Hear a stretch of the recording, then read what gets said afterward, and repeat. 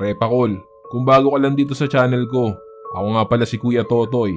Nagbabasa ako ng mga horror stories at mga dark histories dito sa aking channel. Kung gusto mo ng mga ganong content, don't forget to subscribe at i-click mo na ang notification bell para updated ka every time na mag-a-upload ako. Simulan na natin ang kwentuhan ngayong araw.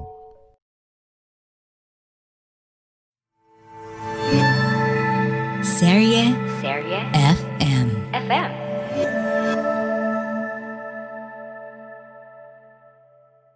Ang nakaraan sa Kilabot Pinoy Horror Stories.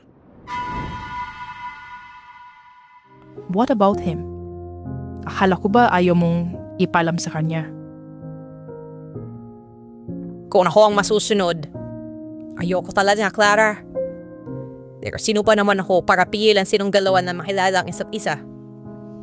Lalong-lalo na si Silis. Hindi ko na mipapanggi sa kanyang tungkol sa ama niya. Kung mismong siya na ang nakakakipa. I was shocked. Gusto ko mainis sa kanya at magalit. Pero wala akong time para sa galit. Mas gusto kong isipin yung kaligtasan ng bata kaysa makipag-away kay Cora. Tell me the truth. Hindi kami mga tao. Hindi ako isang tao na basta may kakayahan lang. Hindi totoong tao ang mga magulang ko. Tulad ko. Tulad ng ama ni Celeste. Hindi kami kagaya niyo. Sa pagsapit ng dilim, may mga kwento kang maririnig. Kwento ng takot na magpapanginig sa iyong dibdib. Mga kababalaghang hindi kayang tanggapin ng inyong isipan.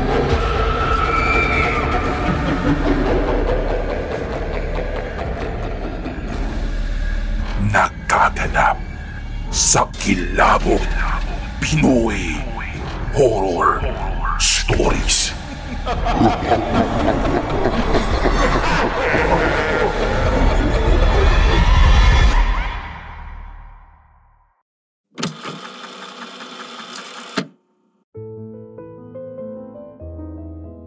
Hindi lang isa, hindi lang dalawa, kundi nasundan pa ng nasundan ang mga bagay na pinapadala dito sa bahay. Karamihan ay mga laruan at mga gamit. Lahat ng mga iyon, kahit isa ay walang nakalagay na pangalan kung galing ito kanino. Gustuhin ko man na itapon lahat ay hindi ko rin naman magawa dahil naaawa ako sa anak ko. Umiiyak kasi siya kapag sinasabi kong itatapon ko o kaya naman na i-donate na lang namin. It seems like she already knew na para sa kanya talaga ang lahat ng mga iyon. At the end, wala akong magawa kundi hayaan siya.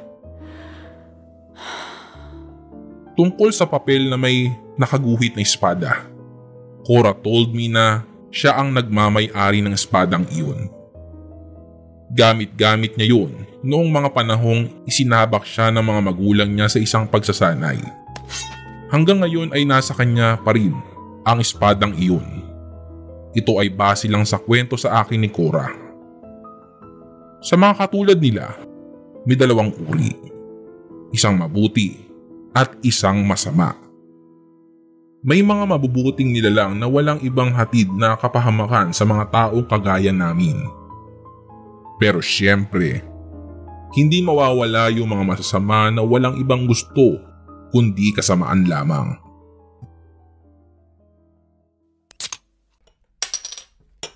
Matagal kong tinitigan si Cora habang magkaharap kami.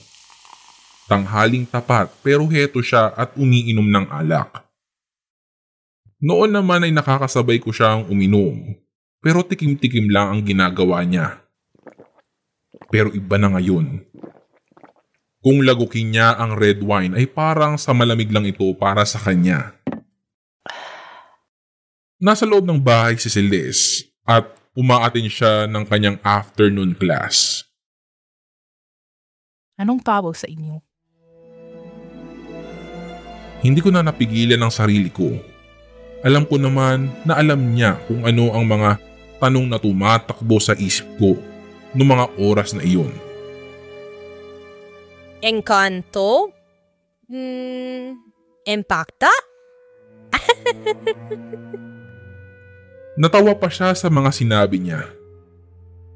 Are you guys able to live here? Well, as long as palipat-kipat kami ng lugar. Palipat-lipat? Ano ibig mo sabihin? Hindi kami pwede magpada sa isang lugar lang. Kailangan namin magpalipat-lipat para mas tumagal sa mundo nyo. Nang araw na yun, alam kong iyon na ang pagkakataon ko para may tanong ang lahat ng gusto kong malaman tungkol sa kanya. Ano kayo nabubuhay? My parents owned a big company, Clara. Yung tatay ko, doktor siya. Si mama naman ay palagang may kayang ang kanila. Though halos lahat ng kapulad namin ay marangya palagang pamumuhay. Hindi namin problema ang pera. Hindi problema ang kadamitan na pirahan. We used to bought some properties just to maintain our living here. I maintained my poise. Pinilit kong hindi talaga magulat sa mga sinasabi niya. Pero ano ba ang aasahan ko? Ngayon pa ba ako magdududa? Halos harap-harapan ko ang nararanasan ng lahat. About naman sa biological father ni Celeste. Masama ba siya? Hindi. Kabilang lang talaga siya sa angkan na nakadali ng kalipan ng pamilya namin. Nagsimula lang sa maliit na bagay. Hanggang sa lumaki lang ng lumaki. Hindi lang sa mga katulad ng tawang gustong pagiging sakin. Kahit sa mga kagaya namin ay may mga ganoon na rin. Simula noon, hindi lang ako. Kahit ang iba kong amag-anak ay pinagbawalang magkaroon ng ugnayan sa angkan niya. Pero ika niyo ang mga kao. Love moves in mysterious ways. Minahal ko siya. Minahal niya ako.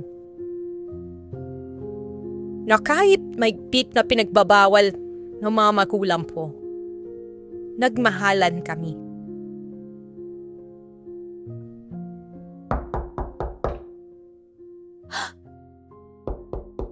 On that day, hindi ko naman inasahan ang pagdating ng college friend ko. Kasama niya ulit ang husband niya. Hindi ko nga pala nasabi sa kanya na hindi muna ako tatanggap ng bisita since iyon ang hiling sa akin ni Cora. Pero huli na, alangan namang paalasin ko pa sila. Kahit gulat pa ako nang dumating sila ay inalok ko silang maupo. Nagpahanda rin ako ng pagkain kay Flor. But for the very first time, narinig ko sa wakas na magsalita ang asawa ng college friend ko. Wine lang. Hindi siya nakatingin sa akin pero napansin kong nakatingin siya kay Cora. Ganoon rin si Cora sa kanya. Hindi ko alam kung napapansin ba ng college friend ko ang nakakailang natinginan ng dalawa. Kaya inagaw ko na lang ang atensyon nila at pinakilala ko si Cora sa mag-asawa. Cora, si Hazel nga pala, college friend ko. Naglahad ng kamay si Hazel. Tinanggap naman niya iyon ni Cora. Ito naman si Froiland, asawa niya. Pinanood ko sila Froilan at Cora. Hindi ko alam kung bakit parang hindi napapansin ni Hazel ang kakaibang titigan ng dalawang nasa harap namin noong araw na iyon. Wala rin naman akong idea that time kung kilala ba nila ang isa't isa. Padaan kayo. Hindi ka nagsabi para sana makapag-ready ako ng pagkain. Sabi ko para makuha ko ang atensyon nila Cora. Yeah. May business meeting kasi dito si Froiland. Hindi ko nung malapit. So naisipan naming dumaan muna dito. Mami! Lahat naman kami ay napalingon nang marinig kong tinatawag ako ni Celeste. Bago pa ako makatayo ay nakalabas na ang anak ko. Akala ko nung una, kay Cora siya lalapit kasi si Cora ang mas malapit sa pwesto namin. Pero nilagpasan niya si Cora habang sa akin nakatingin. Ma'am, biligyan ako ni teacher ng stars. Ang galing-galing naman ang baby ko. Hi, Celeste! Lumingon ang anak ko sa katabi kong si Hazel. Naggiboy ako para makapag-usap sila. Tuwang-tuwa si Hazel sa anak ko. Piling ko, gusto na rin niya ng anak. May mga binigay pa siya kay Celeste na puro mga naka-paper bag. Kahit na hindi para sa akin yun, ay napalingon rin ako nang marinig ko si Froilan. Nakatingin siya kay Celeste at nakalahad yung kamay niya. Siyempre yung anak ko naman bilang napakabait na bata ay naglakad siya palapit kay Froilan. Sa sobrang bilis ni Cora, hindi ko na napansin kung paano niya nahablot palayo si Celeste kay Froilan.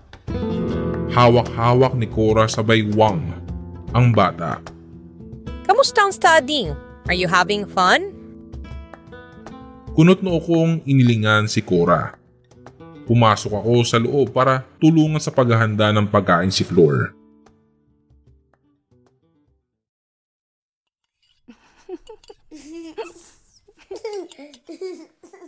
Habang kumakain kami ay nakaramdam ako na may kakaibang tensyon talaga sa pagitan ni Froilan at Cora.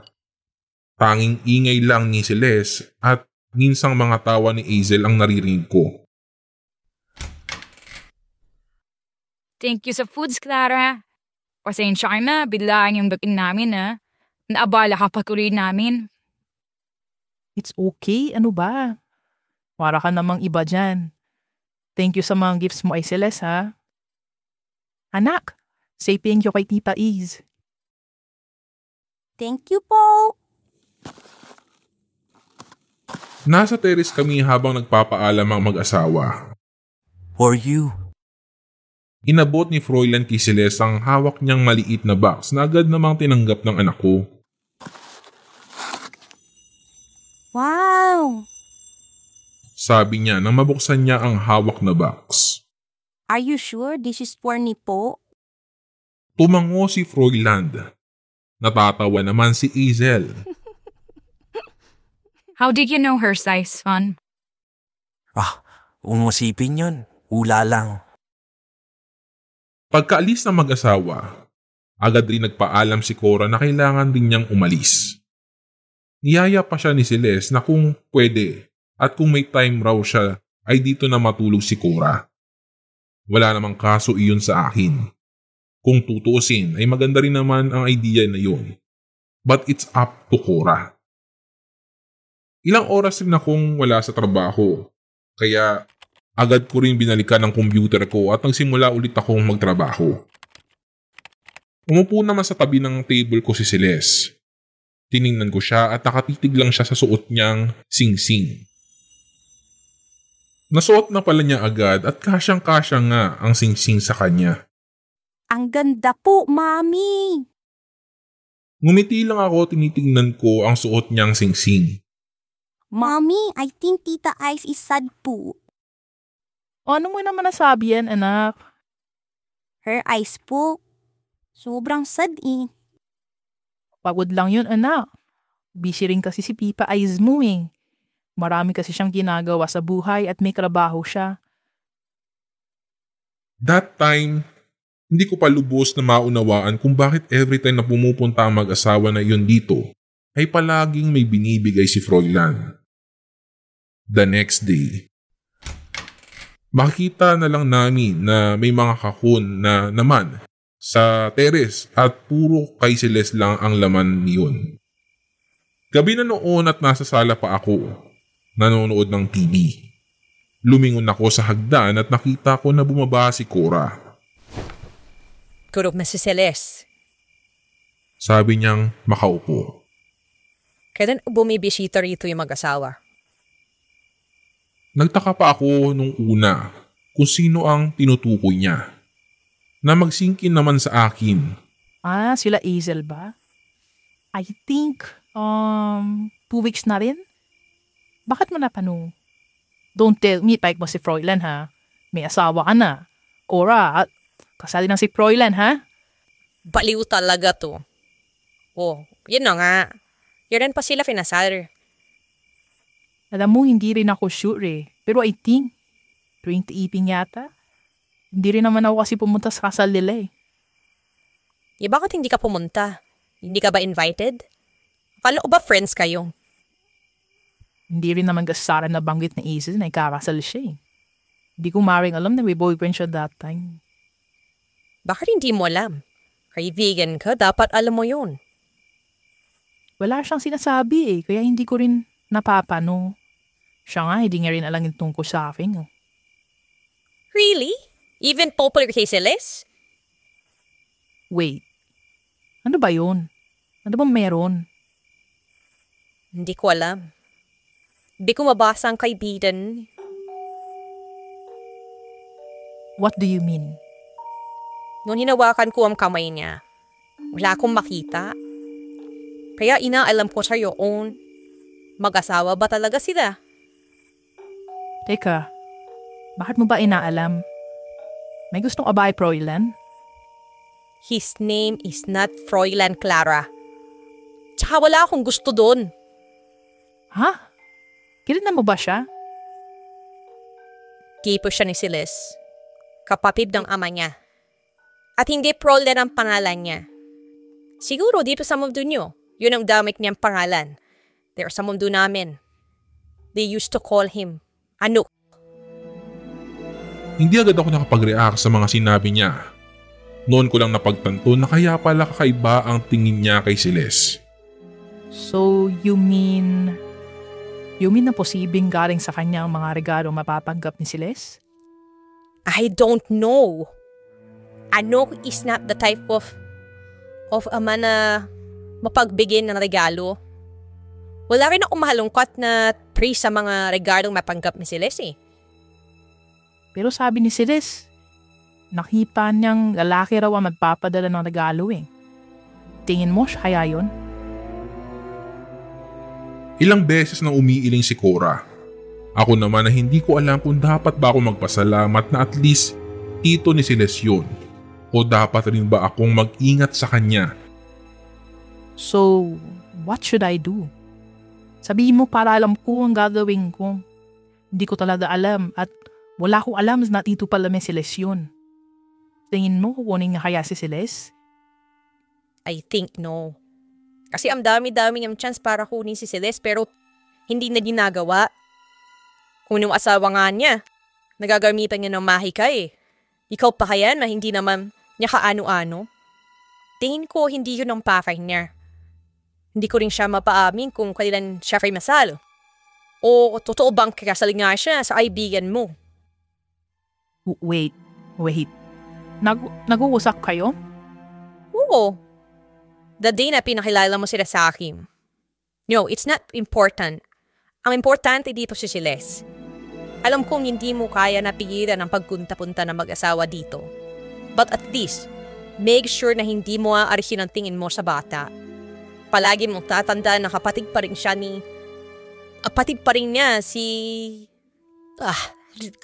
pa rin yung atay ni Celeste. Anytime, pwedeng niya pa rin kunin ang bata without our permission. Pareho kaming natahimik at nag-iisip. Pero wala namang ginagawang masama yung asawa ni Hazel. Kahit isang beses ay hindi ko naman nakitaan ng kakaibang kilos o masamang kilos ang tito ni Celeste na sa tuwing magkaharap silang dalawa. What can you say about Tito Froilan, anak? Tanong ko kay Celeste habang inaayusan ko siya ng buhok kasi nagsisimula na ang online class niya noon. He's a good man naman po, Mommy. You know what? I saw him nga po eh. Nakita ko siya na magbibigay po ng mga pagkain. Mama foods po. Kailan? Noon hawakan ko po yung amay niya. And I saw it po sa eyes niya, Mommy. So do you think na wala siyang masamang balak? What's balak po, Mommy? Motive. Like, wala ba siyang masamang gagawin? Kanino po? Wag mo na isipin yan, anak. Never mind. Alam kong masyado lang akong napaparanoid. Siguro naman ay hindi niyo ako masisisi, lalo at kaligtasan ng anak ko ang sinisigurado ko. Ayoko na baka dahil sa akin ay mapahamak pa ang anak ko. Kaya kong pakisamahan at tratuhin ng maayos ang mag-asawa na iyon. Lalo na si Hazel dahil kaibigan ko naman siya. Pero hindi ko lang kaya na magtiwala at makampante. Celeste is Celeste. Her safety is more important kahit ano pang bagay o sino. Though, nandyan naman si Cora minsan. Pero iba pa rin dahil ako ang palaging nakakasama ni Celeste. Kaya naman ay hindi mawawala sa akin ang pag-aalala, Kuya Totoy. May karugtong abangan. Nagustuhan mo ba ang kwento natin ngayon sa Kilabot Pinoy Horror Stories? Like and subscribe na sa aming YouTube channel. Give us 5 stars rating. Kung may sarili kang nakakatakot na kwento, ipadala ito sa aming Facebook page o sa kilabotstories2021@gmail.com. Huwag kalimutang i-click ang follow button at notification bell sa Spotify para sa updates sa bagong episodes. Hanggang sa susunod na kwentuhan mga repakol. Paalam!